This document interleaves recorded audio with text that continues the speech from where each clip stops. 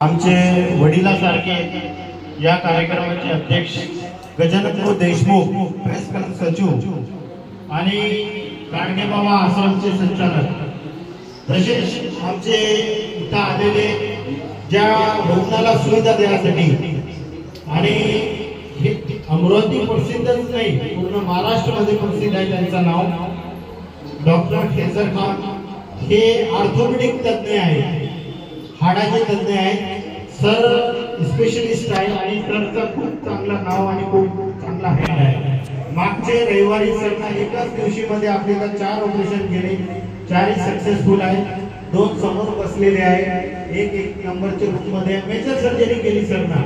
आणि ज्योतिबा महात्मा फुले जनआरोग्य योजनेमध्ये सर्जरी झालेली आहे फ्री मध्ये आपली इथं सर्जरी झालेली आहे। सरचे हाताला सरचा हेड खूप चांगला आहे त्यांचा मी खूप खूप आभार मानतो। तसेच मंचावर उपस्थित असलेले आमचे नाझीम भाई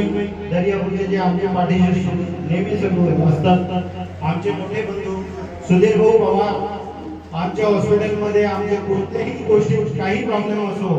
आता कोरोना काळामध्ये आमच्या सोबत होते ते जे कोण सुधीर भाऊची आदत होती तो आमचे असे भाऊ सुधीर भाऊ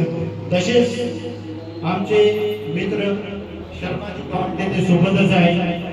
रामलूचे तसेच आमचे फहीम भाई टाकलीचे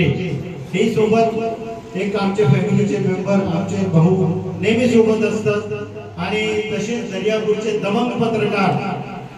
आपले जिल्ह्यात नाही 4-5 जिल्ह्यात त्यांचं नाव आता गाजत आहे त्यांचे पेपरचा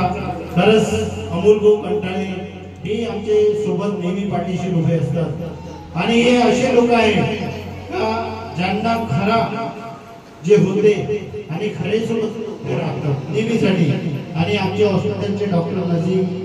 नदीम आहेत आरेमो डॉक्टर फराज आहे डॉक्टर शाहिद आहे हे सगळे आणि इथं आलेले आमच्या हॉस्पिटलचा स्टाफ शुभम